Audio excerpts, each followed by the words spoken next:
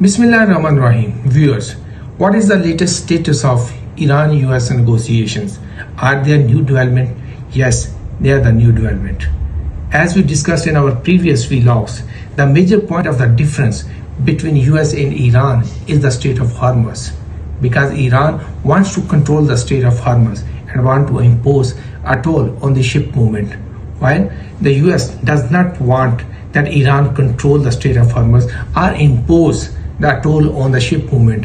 And if Iran going to impose a toll, then US is demanding a share in that toll. But the world is not agreeing to the both proposal, because everybody is saying it's a open water, it's international water. It should be treated like that. If the world allow Iran and US to impose the toll on the ship movement in the Strait of Hormuz, then tomorrow the countries around the Strait of Malacca, like Indonesia and other, they also wants to impose a new toll on the ship movement, and it can expand in other parts of the world. Then it will be a challenge for the safe free navigation.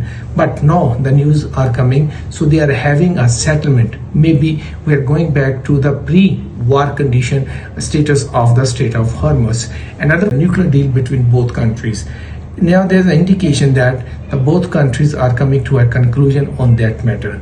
Maybe Iran is going to hand over the enriched uranium to the Russia, or it can also hand over this enriched uranium to any other country. Maybe it can put a ban, a pause on the enrichment, but Iran will stick to the international standard and will continue to enrich uranium according to the international standard, International Atomic Energy Agency, because Iran is meeting all the requirements of International Atomic Energy Agency's requirements. And International agency has already many times they pointed out that Iran is meeting all the standard. So maybe Iran continue. And definitely if there is a logic, according to international law, Iran can do it. But at that point, USA has to show the flexibility and should allow the Iran to go for the enrichment. Otherwise, the conflict will not end.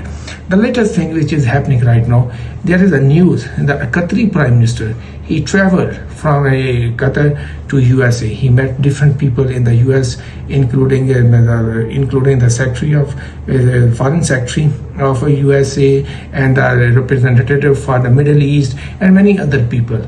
And before going to the USA, he spoke with the Pakistani Prime Minister, and on his return, he also spoke with the Pakistani Prime Minister and also with the Iraqi Foreign Minister. It shows that things are moving quite quickly.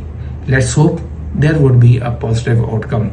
And if there is no positive outcome, it will be a disaster for the world, because it will be the shock, it will greatly impact the global economy, especially the energy market. If the energy market is destabilized, that means the whole economy will be destabilized. Then that's why let's hope the sense will prevail and both countries come to an agreement.